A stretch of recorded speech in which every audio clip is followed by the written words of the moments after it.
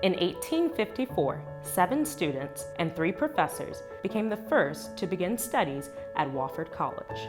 The students were all from South Carolina. They were all men and all white. Today, Wofford College is home to nearly 1,800 students from all over the world. Students of all races, ethnicities, genders, faith traditions, and abilities, and the college is nationally recognized for the strength of its academic program, experiential learning opportunities, collaborative faculty-student learning environment, and supportive alumni. This Wofford History Walking Tour was initiated and created by student researchers and student writers with the support of staff in the college's archives, the Office of Equity, Diversity, and Inclusion, and Marketing and Communications. It's not exhaustive, but it presents the college's long and complex history in a user-friendly way. We hope you will enjoy our beautiful campus as we take you back in time and hopefully forward toward a Wofford College that continues to nurture future citizens, leaders, and scholars. You're starting at the Hugh S. Black Building, named for a Spartanburg physician. The building originally was founded by alumni donations and constructed in 1888 as Alumni Hall. It was the college's first student residence hall. Before that, students often rented rooms with families in Spartanburg. Later, the building became the Wofford Fitting School, a prep school, before becoming the home of the college's admission and financial aid offices. The F. W. Olin Foundation turned down the college's initial request for funding before agreeing to invest $5.5 million to fund the Franklin W. Olin Building as part of the Campaign for Wofford, an investment in people. They changed their mind after the college's 1988 strategic plan and vision process. The building was designed to enhance faculty-student mentoring by inserting state-of-the-art technology into the relationship. The connections between faculty and students remain a hallmark of the Wofford experience. The Olin Building is home to the college's modern languages, computer science, mathematics and accounting, business and finance departments. Before European immigrants moved to Spartanburg, founding textile mills and creating a township, the lands where Wofford sits were the hunting grounds of the Cherokee and other indigenous peoples. When Wofford was founded, the college was situated on the city of Spartanburg's northern border. Now Wofford, which is a short walk from the restaurants, hotels, and shops in downtown Spartanburg, is surrounded by other colleges and universities, Spartanburg Regional Medical Center, and our neighbors in the Northside community. In 2002, Wofford's 180-acre campus was designated as the Roger Milliken Arboretum. More than 5,000 trees have been planted since 1992. The Burwell Building, named for Ethel and Ernest Burwell, was first opened in 1969 and has been the college's main dining hall ever since. The first Wofford theater productions were staged in the Montgomery Room in this building. Another meeting and gathering room in the building is named for Al Gray, class of 1971, and Doug Jones, class of 1969, the college's first African American student and its first African American graduate, respectively. Anna Todd Wofford, founder Benjamin Wofford's first wife, also has a room named in her memory. Wofford's campus was home to 6 buildings when it opened in 1854. Main building, a home for the president of the college, and 4 houses for faculty, all but one, which no longer exists, have been repurposed over time.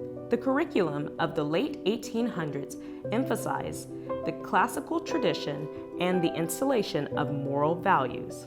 Students read the works of Caesar in Latin, studied the Bible in Greek and Hebrew, and took classes in chemistry, moral and natural philosophy, geology, and political economy. Wofford students were expected to avoid profanity and drunkenness. Students were required to attend chapel.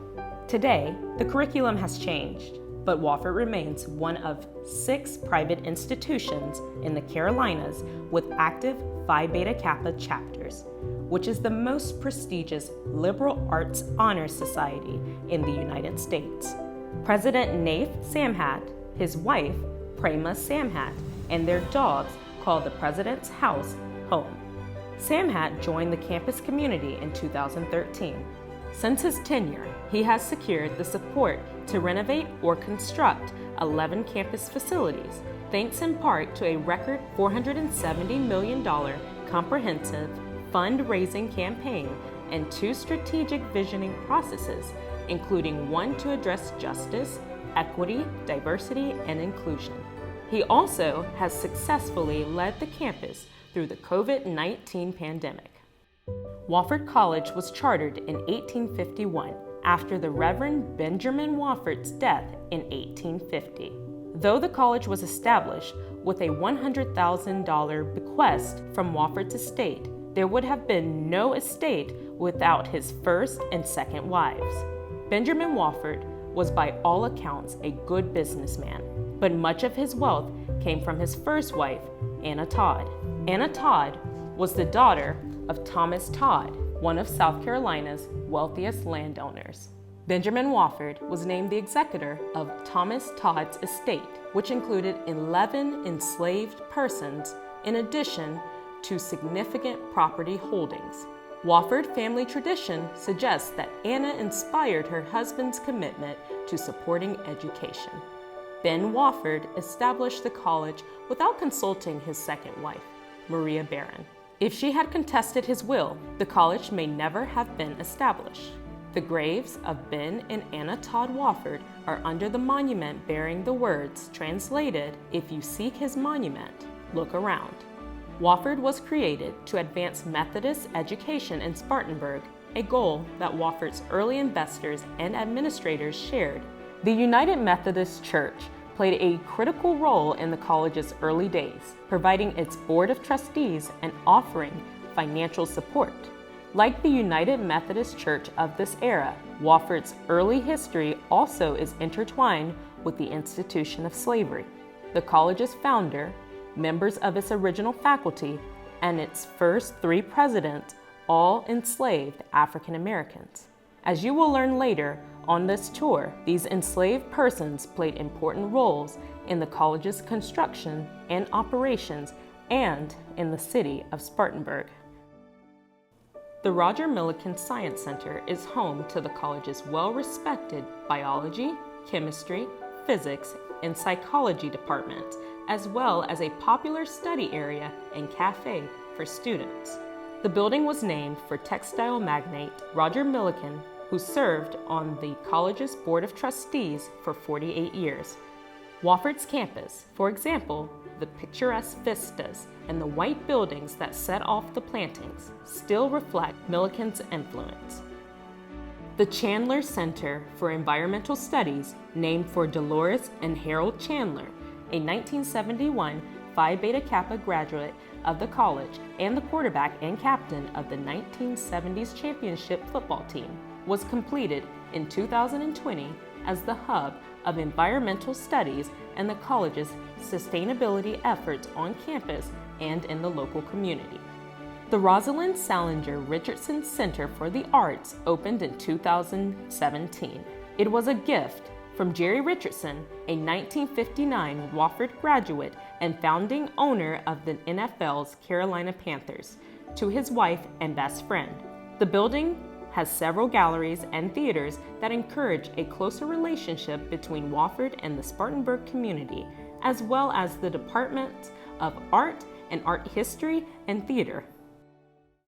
Main building, often considered the heart of Wofford, was designed in the Italianate style by Edward C. Jones of Charleston, one of the South's most prominent architects at the time. The cornerstone was laid on July 4, 1851, and construction began in the summer of 1852, supervised by Ephraim Clayton of Asheville. Clayton built a number of celebrated buildings throughout the Carolinas, and research has shown that he used enslaved persons to do brick and woodwork. Clayton built all of Wofford's original structures. The David Duncan Wallace History of the College, 1854 through 1949, explains that tradition holds that all of those buildings were built using enslaved laborers. Wofford College has joined the university's Studying Slavery Consortium with the intent of, among other things, finding out more about the enslaved people who helped construct these buildings. In the east wing on the first floor of main building is a section of exposed original brick with an excerpt from Nikki Finney's poem, The Thinking Man. Finney wrote the poem as a tribute to the enslaved people whose hands helped create Wofford's most iconic building. Every Wofford student has taken classes in Maine. Inside Maine is the College Bell, purchased in 1854 from the Meneely Bell Company in West Troy, New York. It weighs about 700 pounds and is 33 inches in diameter. It rings the hour on campus and tolls 3 times for each student. Once when they join the community as first-year students, again at their graduation 4 years later, and finally on All Saints' Day after their death. Also in the building are a chapel and a masjid, Muslim prayer room. Photos of professors who have been given emeritus status and a memorial to Wofford students and graduates who died in military service are displayed on the first floor of the building. The college's first freestanding library was the Whiteford Smith Library, now the Daniel Building. It was replaced as the library when the college completed the Sandor Tesler Library in 1969. Tesler was a Hungarian immigrant and Holocaust survivor who fled to the U.S. in 1948. He was the founder of Olympia Mills, and in retirement, he was a favorite on campus, taking classes and talking with students. He audited more than 50 classes at Wofford in the 1970s and 1980s, and helped begin Wofford's permanent art collection with notable Hungarian paintings. Wofford's library also houses the college and the South Carolina United Methodist Church archives. Housing for first-year students is clustered at the end of campus with Green Hall, Marsh Hall, and Carlisle Hall, all named for Wofford presidents. Green Hall is named for Dr. Walter Green, class of 1903, the only Wofford graduate to become president of the college. Green served Wofford as president from 1942 to 1951.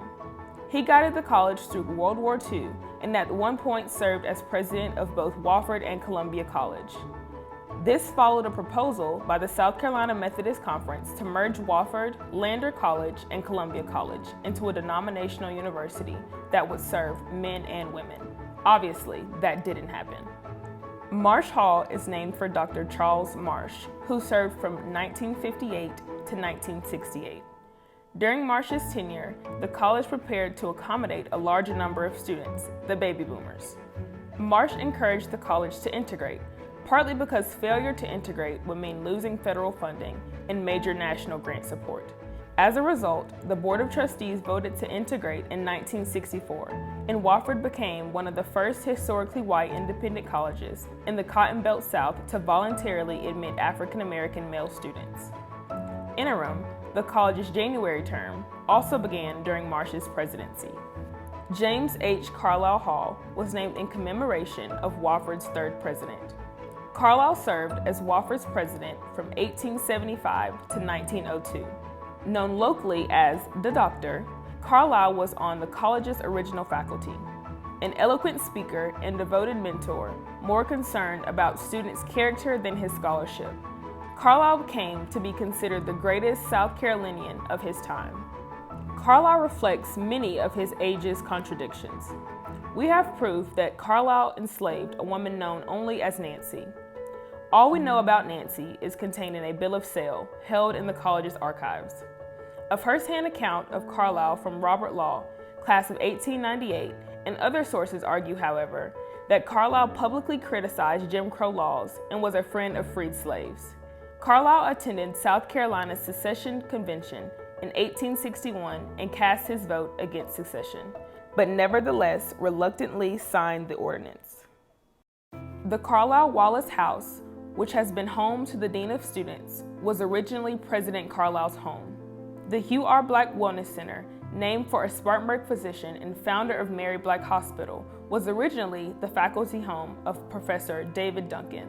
It became the infirmary during World War II. A $3.5 million renovation of the Hugh R. Black House was completed in February 2023. One of the original buildings on campus, it houses the Blackwell Quattlebaum Center for Wellness and Counseling Services. Where Jerome Johnson Richardson Hall now stands was Andrews Fieldhouse. When Wofford's first women's athletics teams began competition in the fall of 1980, they shared the campus's one full-size court in Andrews with the men's basketball team. Scheduling was difficult, and women's basketball had to practice at 6 a.m. to avoid the men's practices and games. In those early days, the women also had to yield the floor to the fencing team and intramurals tournaments as well.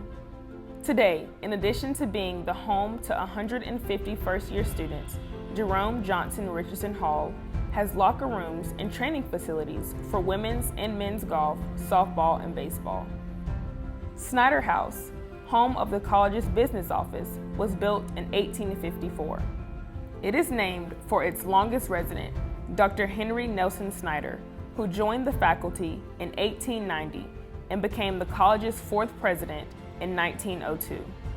During his 40-year tenure, the college improved its academic reputation, built its first science building and library, received its accreditation, established its first ROTC unit, and earned its chapter of Phi Beta Kappa. Baseball was first played on campus in 1876, introduced to students by Union soldiers. This was the earliest sport played intercollegiately. The 1909 baseball team adopted a pit bull terrier named Jack, who inspired the permanent Boston Terrier mascot, and the Terriers made headlines in 1913 when Ty Cobb played on campus. Wofford lost 9-8 to the professional team, but the headlines were more about a student brawl with Cobb, who was infamous for his temper, than about the outcome of the game. At the time, the Terriers played on Law Field, which wasn't regulation size. Eventually, the Terrier baseball team moved off campus, playing in Duncan Park until 2003. Gifts from Russell C. King, class of 1956, former chairman of the Wofford Board of Trustees, and Tekoa Y. Switzer, another board member, brought baseball back to the campus. Russell C. King Field at Switzer Stadium is adjacent to Snyder Field, once the home of Wofford football. Wofford's first student publication was The Journal, which began in January 1889. While primarily a literary magazine, the Journal also carried campus and alumni news in its monthly issues. The Bohemian, the college's yearbook, began publication in 1908. The Aurora was actually the first college yearbook, but it was only published once in 1904. The Journal is now a part of the Bohemian. The Old Gold and Black, the first student newspaper, was published in 1915 and is still in print on Wofford's campus today. These first publications were produced by the college's literary societies, which no longer exist. The first yearbook, first newspaper, and first student government began under the deanship of A. Mason Dupree, who was popular for his administration's fairness with students. Appropriately, Dupree Hall, a sophomore residence hall that also houses offices for the college's student publications, is named in his memory. The Mungo Student Center, originally the Campus Life building, completed in 1980, was named in 2020 for Maria and Stephen Mungo, class of 1981, a member of the Board of Trustees, a champion of experiential learning, and the lead contributor to the building's major renovation. The building is a center of student fitness, dining, and recreation. The campus post office, campus safety offices, and campus life and student development offices are in the building. Wofford's Campus Union Student Government also has offices in the building and holds weekly public meetings in Tony White, a space that was once a black box theater and is now a multi-purpose student room and gathering space. Paul Hardin was president of Wofford College for only 4 years, from 1968 to 1972, but his administration saw significant changes in student life and in the campus culture. Our current campus union, judicial system, and code of student rights and responsibilities came out of this time. Hardin continued efforts begun during the Marsh administration to integrate the student body. He hired the first African American administrator, Bob Leach, who served as Assistant Dean of Students. The Office of Admission began to recruit African American students more actively, and the college scheduled its first athletics contest with historically black colleges during Hardin's tenure. While women had occasionally attended Wofford, Hardin's administration saw the first steps toward coeducation. In 1971, the college began admitting women as day students. Full residential coeducation began in 1976. The Richardson Physical Activities Building was completed in 1995 and renovated in 2018. The building houses athletic administration and training facilities with a large hospitality room that overlooks Gibbs Stadium. The Joe E. Taylor Athletic Center, originally the Curry Building, which was the home of the college's facilities department, was completely renovated in 2009 and named for the lead donor, Joe E. Taylor, a Wofford alumnus, trustee, and former South Carolina Secretary of Commerce. The building also houses the college's human resources offices, in addition to athletics training and offices. In December 1889, Wofford challenged baseball rival Furman to a football match at Spartanburg's encampment grounds, which were located west of the campus on Howard Street in the north side. It was the first intercollegiate gridiron contest ever staged in South Carolina. Wofford won the original contest 5-1 and the rematch a month later 2-1. Wofford football played games on Snyder Field until 1996, when they moved to Gibbs Stadium with a major gift from entrepreneurs and philanthropists Marcia and Jimmy Gibbs, who also served on the Wofford Board of Trustees. Wofford has become a perennial powerhouse in the Southern Conference and is typically among the best FCS teams in the country each season. Wofford made the move to NCAA Division I competition in 1995. The Reverend A.H. Cummings, who came to Spartanburg before the Civil War and served as an administrator at Spartanburg Female College, purchased property north of the college after the war.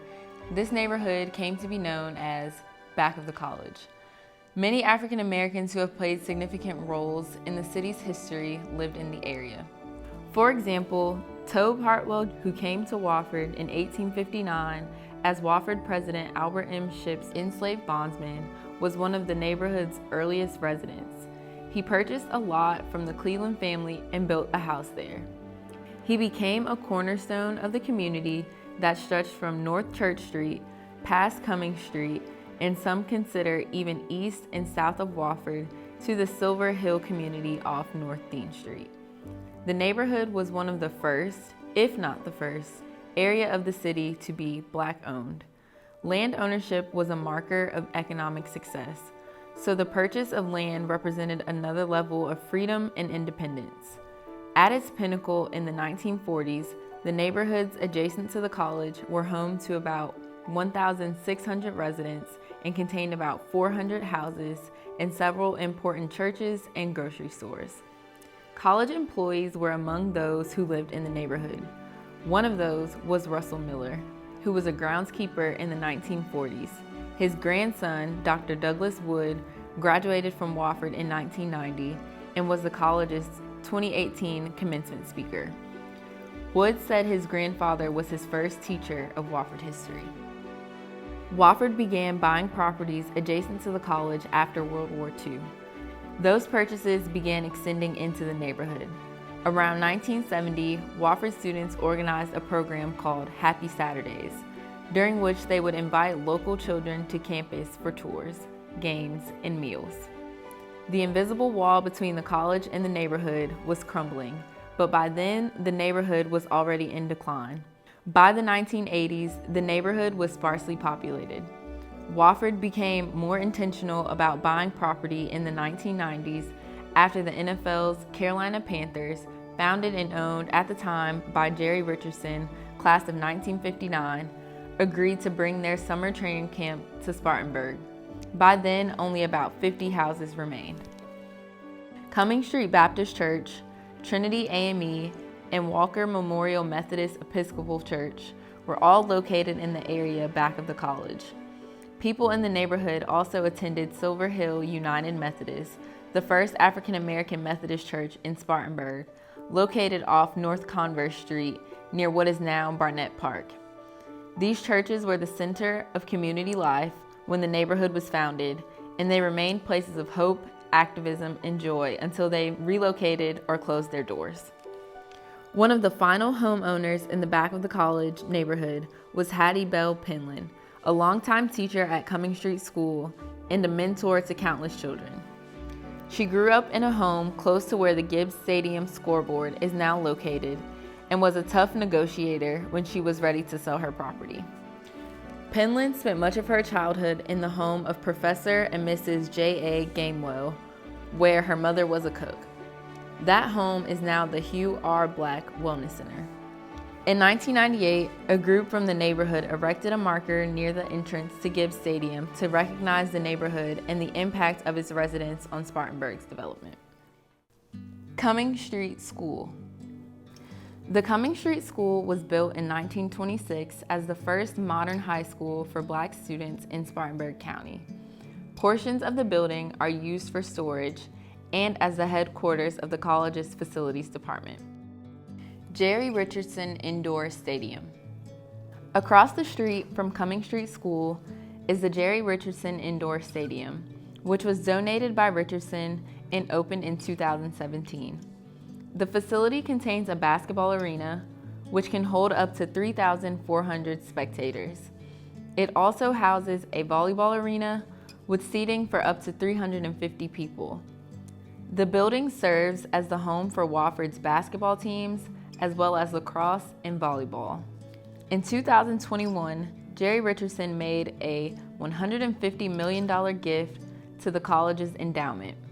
Portions of the money are being used to support building maintenance and to raise the minimum compensation pool on campus to $15 per hour. The majority of the funds are used to support need-based scholarships and opportunities for experiential learning. White males in the South in the late 19th century lived in a society honeycombed with secret fraternal organizations, some of which were benign and charitable, others highly politicized and violent. They reinforced and perpetuated Old South values even as the population moved from the countryside to New South towns around courthouses, textile mills, and railroad depots. Given the background from which young college students came, it is not surprising that a network of social fraternities, many of which had been founded in the North earlier in the century, evolved to help them adjust to being away from home. Wofford's first chapter was Kappa Alpha Order, which was founded at Washington University, later renamed Washington and Lee. The college's first fraternity row was constructed on campus where the Rosalind Salinger Richardson Center for the Arts now stands, in the 1950s during the presidency of Dr. Francis Pendleton Gaines.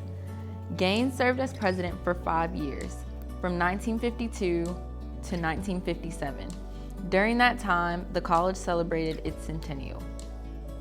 When Black students and women joined the college in the 1960s and 1970s respectively, they worked to charter National Panhellenic Council, also called Divine Nine, and National Panhellenic Conference Sororities for Women.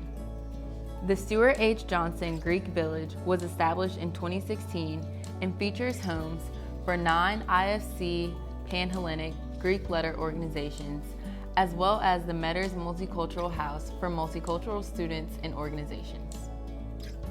Shipp Hall, built in 1963, is named after President Reverend Albert M. Shipp, Wofford's second president, who served from 1859 through 1875. Shipp owned a number of enslaved people and surely used them to support college operations during these lean years. But he resisted letting Wofford students join the Confederate war effort because he believed that the South would need educated men after the war. The college did, however, support the Confederate effort by investing over $85,000 into war bonds. all of which became worthless when the South lost the war. From here, you can also see the Reeves Tennis Center, which opened in 1992 and is named after John E. Reeves, who contributed the funding for the project and served on the college's Board of Trustees from 1974 to 1979. The Senior Village apartments surround the tennis courts. These apartment-style houses, lawns, and porches promote community and are designed to help students transition to living independently after graduation. One of the apartments in the village is named for President Benjamin Bernard Bernie Dunlap, Wofford's 10th president, who served between 2000 and 2013. Dunlap's tenure saw the construction of the Senior Village as well as the Michael S. Brown Village Center. The college also developed the Goodall Environmental Studies Center at Glendale, renovated the Montgomery Music Building, and expanded the Roger Millikan Science Center. The Michael S. Brown Village Center completes the senior living community with loft-style apartments. The building also features a dining location, grocery store, classrooms, and the high-impact programs featured in the Mungo Exchange, the Career Center, undergraduate research and post-secondary fellowships, community-based learning, and international programs. For the past 25 years, Wofford has been ranked in the top 15 in the country for the percentage of students who study abroad for academic credit and a part of the Bonner Scholars Program. Both of these high-impact programs have created a culture of study abroad and community-based learning on campus. Whiteman and Lassane Hall typically house students in their third or junior year. These suite-style residence halls are named for Wofford's presidents, the Reverend William May Whiteman, Wofford's first president, who served from 1854 to 1859, and Dr. Joab M. Lassane, Jr., Wofford's ninth president, who served from 1972 to 2000. Whiteman was a Methodist minister, professor, fundraiser, newspaper editor, friend of Benjamin Wofford, and founding chairman of the Wofford College Board of Trustees. Whiteman is credited with helping Benjamin Wofford decide to invest in the creation of a college, and he gave the keynote address at the laying of the cornerstone of main building. Lassane joined the college as a member of the faculty and quickly became the first director of interim and assistant dean of the college. Lassane helped shepherd the college through the admission of women as residential students. The college went through a major growth phase, both in enrollment and facilities, during Lassane's tenure. The college also moved from NAIA and NCAA Division II to Division I, an entrance into the Southern Conference. He coached football for the Terriers and taught classes after retirement. The Neophytos D. Papadopoulos building, constructed in 1987, is dedicated to the memory of the father of Dr. C.N. Papadopoulos, class of 1954, the college's first graduate to give $1 million to the college. The building houses the alumni office. Wofford's network of alumni support has been nationally recognized for decades, with particularly strong programs in health careers, law, research, entertainment, journalism, and business. In 2012, the college dedicated the Montgomery Music Building, made possible by a gift from Betty and Rose Montgomery. The building was previously the Baptist Collegiate Ministry Building. This concludes our tour, and while we have tried to be thorough, there may be some things we never know about our history. Still, we are committed to continuing our research into updating this tour when we discover more.